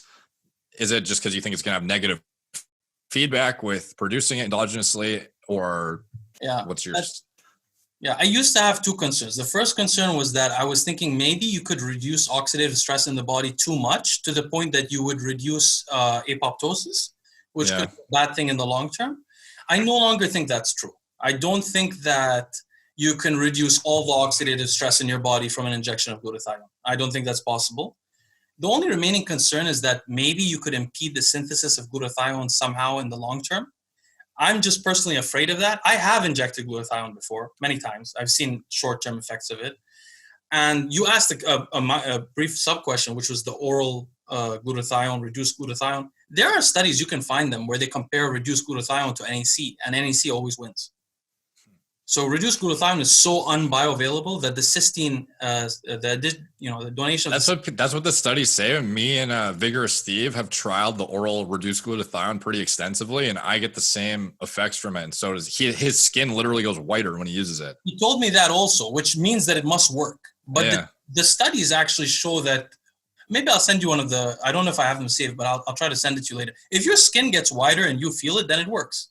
Yeah. At the end of the day, right? So if you had a guy with a genome and you saw a bunch of polymorphisms on, like GST1, GPX, et cetera, whatever, I don't even remember what they are off the top of my head, but you know what I'm talking about. And he was like totally fucked in the glutathione area. Would you still suggest him NAC, even though it's a precursor and he's otherwise indicating he's poor at using that substrate? No, so there are three things you can do. You can increase the synthesis of glutathione with something like NAC. You can reduce free radicals with other free radical scavengers like vitamin C or whatever. And then you can, what was I thinking as well? And then you can inject, obviously, glutathione. And then you can use a hormetic stressor to cause the body to synthesize more glutathione. So you have a few options. Basically, the choice is, do you want to give the guy something like turmeric or quercetin or some of these, or sulforaphane, for example, or some of these hormetic stressors that tell the body, hey, you're stressed, produce more glutathione long term? or do you want to replace his glutathione? I would do the first, at least for a while. Do you use quercetin yourself? Yeah, I do. Have you ever looked at just straight rutin before? I have, yeah. I use rutin as well. Oh, you use it on top of that? I use okay. Rutin, You're intense. Jeez. I use everything. That's all I was telling you. It's a long list. Yeah. So, but I'm not very fond of quercetin. I like I'm going to make a video on it soon. I like the fact that it has senolytic qualities, but it's not like, for example, it's not a free radical scavenger. It doesn't lower C-reactive protein in people by itself. It's not great. Anyway, is your C-reactive protein typically undetectable yourself? Yeah. No. Okay. But it used to be 11. Wow. There were stressful times being an arm wrestler. I can imagine. Fuck. Anyway, Derek, I really got to thank you for being on the show. It's really kind of you. No, thanks for having me. I appreciate it. And I thank you for all the advice. Like, I know you gave me a few tips on Instagram and here as well. They're really helpful. I'm going to try to enact some of them and see how it goes and keep seeking your advice as well. No, yeah. Anytime you have any questions, feel free to reach out. I'm happy to help, man. Thank you, Derek. Okay. I'm going to end the podcast now, but stay on the line for 1 second, okay? Sure.